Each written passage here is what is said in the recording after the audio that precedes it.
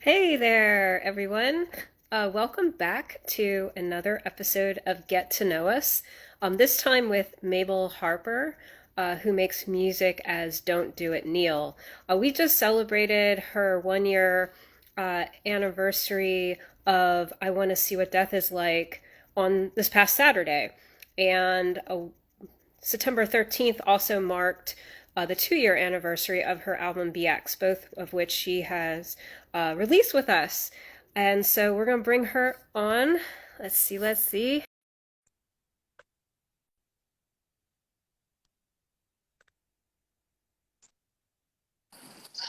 Hey, Hey, how's it going?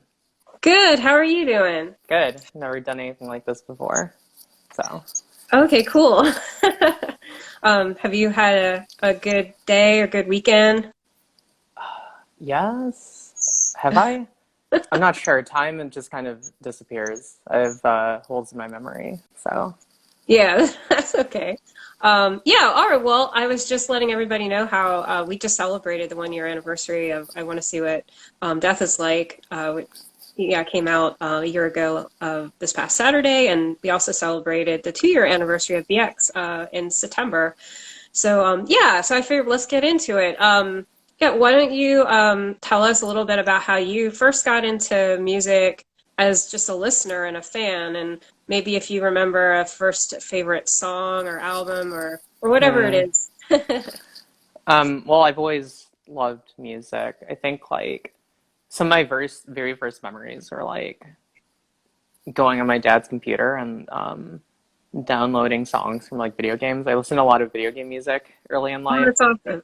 Yeah. Stuff from like I don't know, Legend of Zelda and the Mega Man series and everything. So that was my first thing. But then my brother got me into music, and he got me like started on stuff like Tupac, Bone Thugs and Harmony, and then on the flip side, stuff like um, Eraserheads, which is this Filipino alternative rock band from the '90s, Oh, um, cool. often called like the Beatles of the Philippines, and so I learned about a lot of music through him.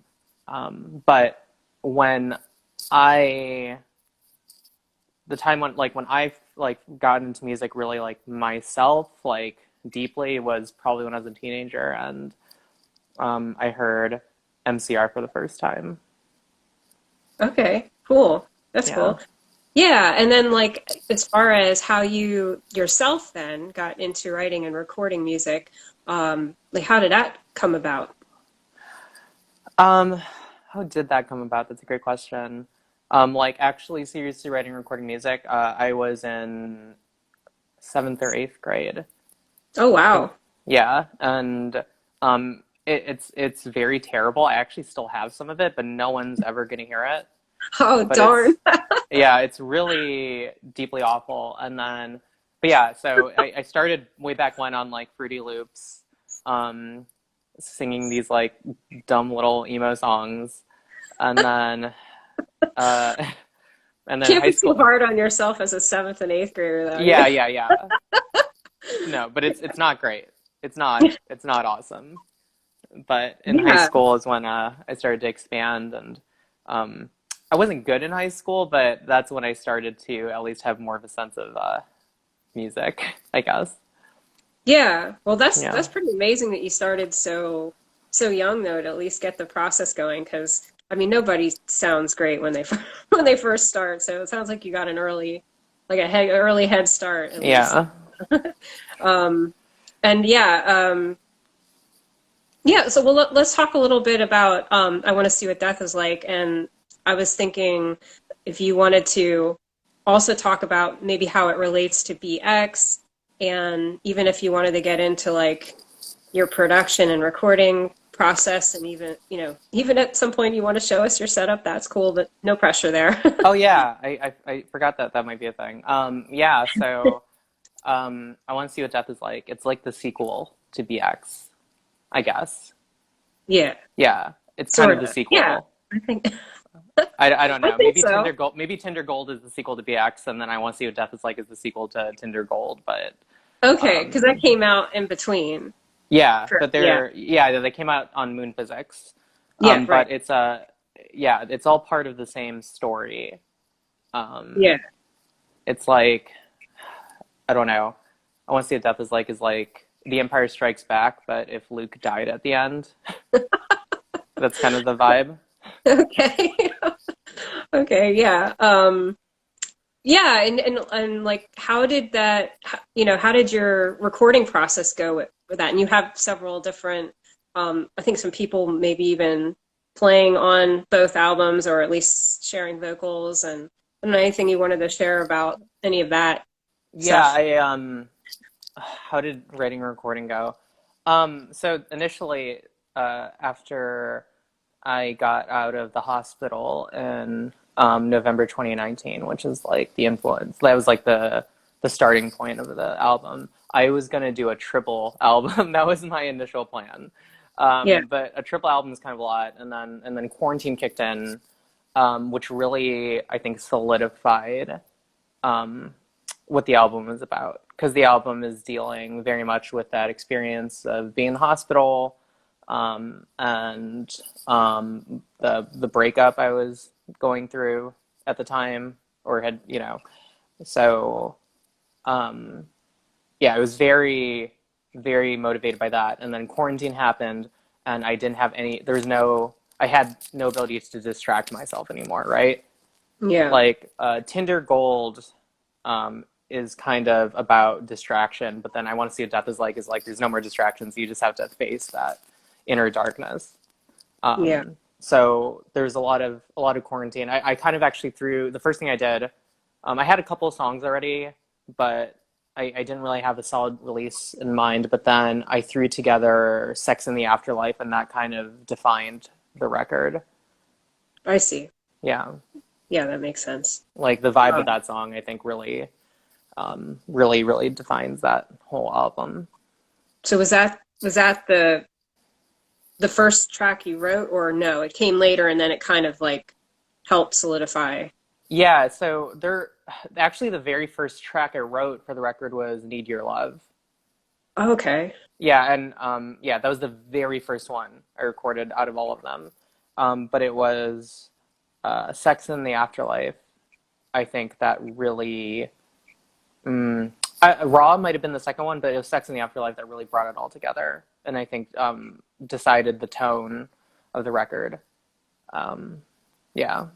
yeah, and there's a bit of a, although I would say there's a bit of a contrast too between VX and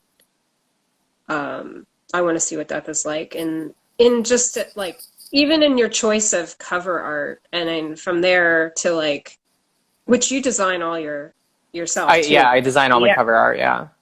yeah, and yeah, really cool art that you do. Um, but yeah, I was just curious if there was anything you wanted to say about kind of like the contrast of the two. Like, did you set out to intentionally do that, or was it like just happen naturally, and then you like saw the like the afterward? the musical contrast. Even the music, yeah, the Yeah, music, the art, everything about it. But I I guess mean, it there's all sounds like you, of yeah, I mean course. there's like yeah, there's a general like contrast, right? It does sound like me, and I mean, like, I don't know. It's hard to say, but I mean there's like an absolute contrast, because like BX was made when I was right in the middle of the relationship that I was in at the time. Um, yeah. So that was so BX is kind of fucked up, but it's still kind of, there's almost this little sense of hope that maybe some things will get better.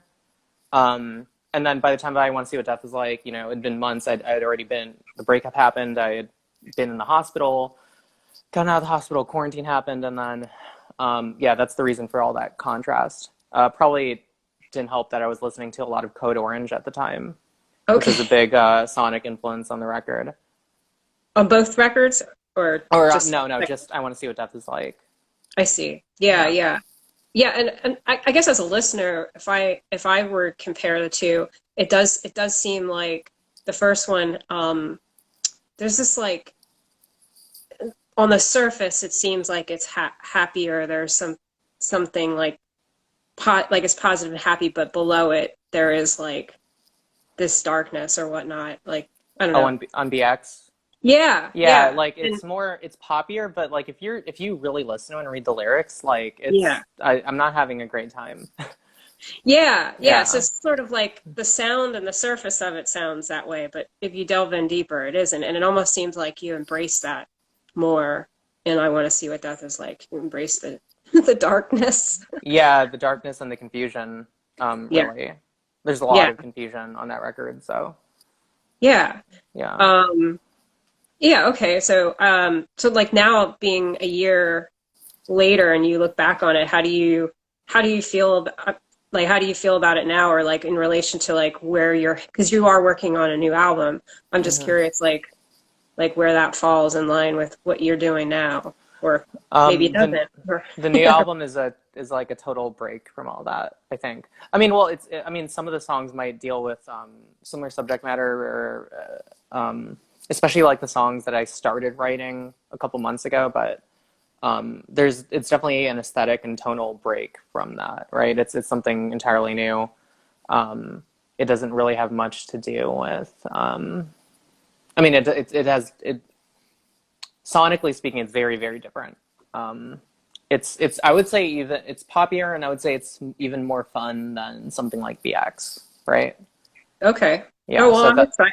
I'm really excited to hear yeah, what me you're too. what I'm you're up excited. to. Well, I'm excited for people to hear it.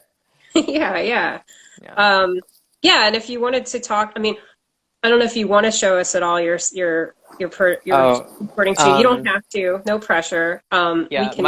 I can. My room is pretty messy right now. Let me see. I have to go away from the fancy light I set up. Hold on. Let me Oh see. God. Okay. Okay. Okay, let's see. It is really messy. So I just moved into this place. So this is what I record on. Um, it's really really not much right now.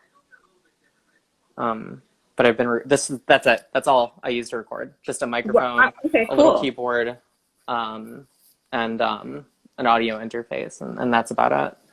Cool. So And what program do you use to do so your? I use Logic for all of my like for recording and mixing and mastering. And then usually for most of the synths, I'm using Reason, Okay. and I use the both of them together, and that's how yeah, that's what I do. Okay. And then I'm always just curious because I know sometimes you use like some, maybe you don't, but I thought there was some amount of sampling happening, or are you Oh yeah, creating all of that yourself, no, all there's a lot. No, yourself, or? there's a lot of sampling. Um, I wanted to actually put out the list of samples I used, and I want to see what Death is like, but Yeah. I feel like I'm playing that one a little close to my chest, just because Yeah. like um, I don't know, it's part of the fun too, right? Having people like figure it Yeah. out. Yeah. And I was just curious too, though, if you also do any of your own, like, make your own samples that you incorporate, or, yeah, I was Oh just yeah, curious. I mean, I'll usually like I do a lot of things like vocal chops Okay. Yeah. and sometimes like and I'll record something and chop that up. So yeah, I do make my own samples. Yeah. Okay. I thought so. So I just was curious about it. So, well, yeah, I didn't know if you wanted to talk a little bit about your biggest influences, also, and whether, and they don't have all, obviously, they don't have to all be or necessarily be music influences. So anything you wanted to talk about, especially maybe there's particular bands or musicians that have stuck with you, or particular things in your life or whatever. Um, well, definitely MCR, as we've mentioned, has been huge for me. Um, actually, one that some people may or may not know is actually BTS, the K-pop group. Yeah. Okay. They're a Yeah. huge influence on me. I would say BX, um, BX would not sound the way it does, and Don't Do Kneel in general would not sound the way it does if not for BTS. Okay. Yeah. Yeah, That. I like mean, it they're. completely, like getting into them completely changed the trajectory of the project. Yeah. Yeah. Yeah. I feel like there's like a whole swirl of different kinds of influences that you can kind of pick out here and there, but obviously it does remain a unique sound to you, but also like it's kind of, yeah, it just seems like you're pulling from a lot of different, like you even mentioned like video games, Yeah, music. so yeah, video game music is a really, really big influence, and I think people like kind of in the know about different, like specifically like Japanese RPGs. I played a lot of those growing up.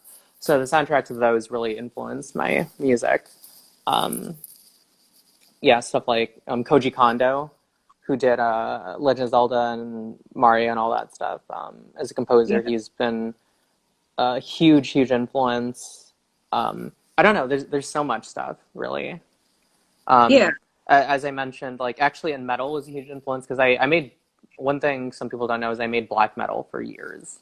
Oh, that's right. Yeah, a couple Yeah. of years before. I mean, not like years and years, but a couple of years before Don't Do Kneel, and then Don't Do Kneel started as an emo project, and then it turned to a lo-fi thing, and then now it's what it is today. Um, Yeah. yeah, and that's all been inspired by what I've been listening to over the years. Yeah. And did you put out the black metal stuff under a different name, and is it out there somewhere for people to hear, I or you keep that I did, but in the vault? I don't know if I want people to hear it because Okay. but well, okay, no. So what people can look up actually is the purpose of small animals. That's one The of my early purpose of black the metal. animal. It's like Okay. post black metal, so it's kind of like it's post rock. It's like black metal, but with a huge post rock and post hardcore influence. So Okay. Well, yeah, there you go, folks. If you want to take up some darker black metal stuff from from Mabel. it's actually I think all I don't I think it's all in a major key actually. So Okay. yeah, it's very yeah, it's a little different.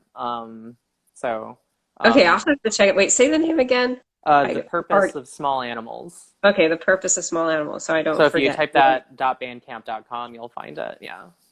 Okay, awesome, awesome. Well, I'll put that in the notes too on this episode. Yeah, and is there anything like right now that you're spinning heavily on rotation? Um, TXT, which is another K-pop group. I listen to a Okay. lot of K-pop. Um, I don't know. I mean, it's like all kinds of the stuff. I mean, like I'm gonna just say stuff I've been listening. I've been re-listening to Miguel a lot lately because he's a big influence of mine, and I really like his music. Um, been listening to a lot of JPEG Mafia lately, and um, yeah, but also just like a shit ton of TXT, amazing K-pop group. Um, I love K-pop. I don't know. You want Yeah, me to say I, love it. I hear. So, Yeah, you um, oh, maybe you should Cass make us like said a K-pop comp or something for folks to check out at that some would be point. so fun. Yeah, I should do that. I did do a Spotify playlist that's what is it, K-pop and power violence, and it alternates between K-pop songs and power violence songs, and that was Okay. fun. So that's very Yeah. much my kind of taste in music, like really like top-notch production, pop music, or like really gritty, heavy shit. Oh, Yeah. That cat. makes sense. Yeah, someone is mentioning. What about No Anti? That's Cass. No Anti. No Anti is actually my current black metal project, or maybe I don't know. It's been a while since I did it, but that's another. So I'm still doing some black metal. Okay. Yeah. All right. Cool. Cool. Um, yeah. So, yeah. Well, let's talk a little bit about like the so Grimalkin does a lot of mutual aid, and our we ask our artists to choose either a Hmm. person in their community or a group doing mutual aid in their community to donate the tape proceeds to. So I just wanted to see if you wanted to mention uh, the different people that you chose for BX and I want to see what death is like. Yeah. For I want to see what death is like. I chose the Ochre Project, and they help provide like resources and food and stuff to Black trans women, and I think it's pretty obvious why one should support something like that. Yeah, Um, absolutely. and then for BX it was No More Dysphoria, which helps trans people, provides resource trans people, especially regarding transition related stuff. Um, and again, pretty obvious why I wanted to support those things. I really the mutual aid thing is really important because I'm not typically in a position to give, right? Like Yeah, I don't really have much in way of resources, but being able to do it through releases like Grimalkin releases has been really, really good. Um, and it's been so that's like sort of a way that I feel able to connect and kind of give in that way that normally, I mean, I actually like normally, you know, I'm struggling financially, so being able to do that through the label is like really important to me. Like Yeah. even Yeah. if it just helps like a little bit, you know. Yeah. I mean, everything helps a little bit. And I think getting out information too about different people who are doing mutual aids, like that's super important too in Yeah. itself. Yeah, I mean, Um, it just even lets people know it's out there, and then, I mean, again, even if it's just a few drops, I mean, the ocean is made of a billion drops, so yeah. yeah, And No More Dysphoria is in Philly, right? it's So based, yeah, but yeah, based in Philly, so yeah. So yeah. it's really cool. Um, yeah, and yeah, I guess like so I always like to ask people like what their opinions are on either like what's happening in their local music scene and either like what's going well or things they'd like to see differently, and also within like music in on a larger, more general level, like with music industry or business, what you would want to see change. And Uh, Grimalkin hoping to make change, so it always well, helps what me to I'd hear. like to see change in the music industry is definitely the destruction of capitalism, as we should all want that, but also like, you know, under the system as it is, I mean, a lot of people understandably stream music from Spotify and stuff, but it's kind of, I mean, it's devaluing to music a bit, right? And to musicians, and um, I think if people really want to support musicians, because like we all know the power of music and how much it's helped all of us, right?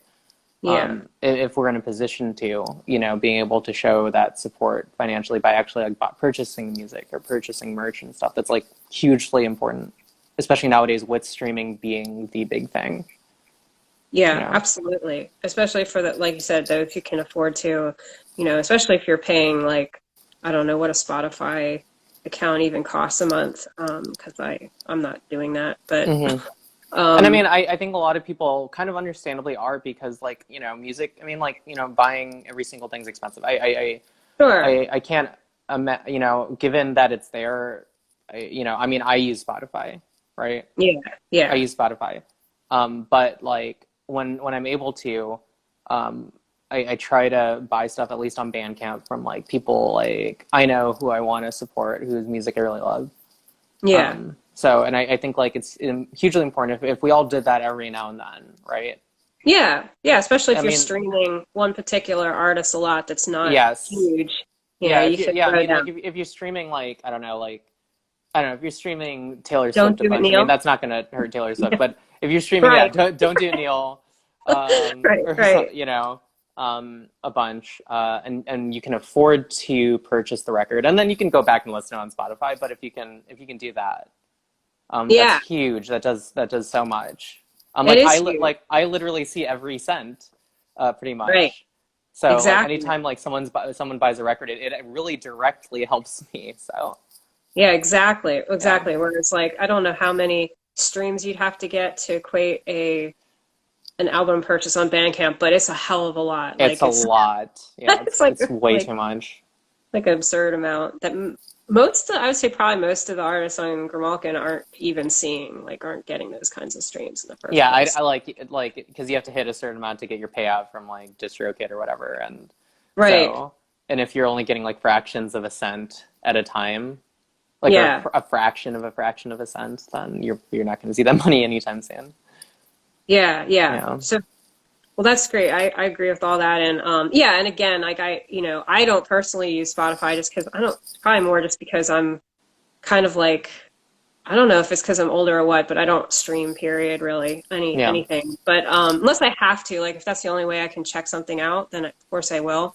yeah, Um, but yeah, and it has definitely made it more accessible for people to be able to listen to music. yeah. Um, I think like you know, and the thing is like if you know if our current economic system was radically entirely different, right? The point would be kind of moot. But as it is, like yes, I mean streaming pays jack right. shit. Yeah, So well, yeah, like if they just paid people fairly, it wouldn't be an issue. yeah, it wouldn't be You an issue at all. So know, it wouldn't be an issue. We'd be like, thank you for streaming our music for us. yeah. Um, Oh, but yeah, Sully and joined. Yeah, my friend Sully. oh, cool. Actually, he was on BX and I Want to See What Death Is Like. He did features on each other's records, and actually on my record before that.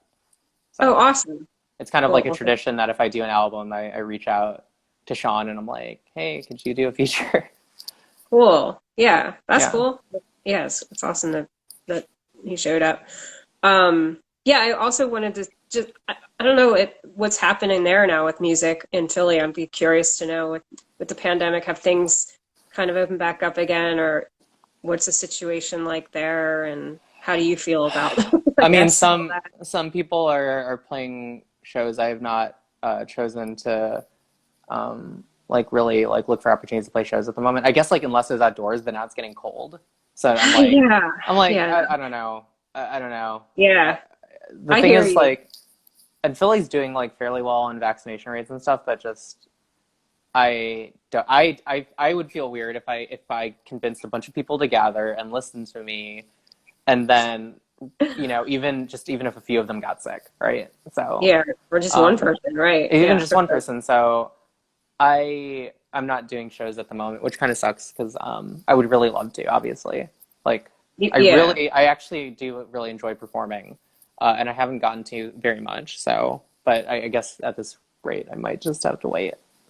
yeah, yeah. That's kind of where I'm at too with the situation. Like I've been thinking about like reaching out and just seeing what's going on, and maybe considering booking shows again if they're doing vaccination, like checking vax cards and things like that. But Yeah. nothing's really, maybe in the new year. I guess we just kind of, I just feel like it's too iffy. I don't know. Yeah, Yeah, I think it's really important to play it by ear.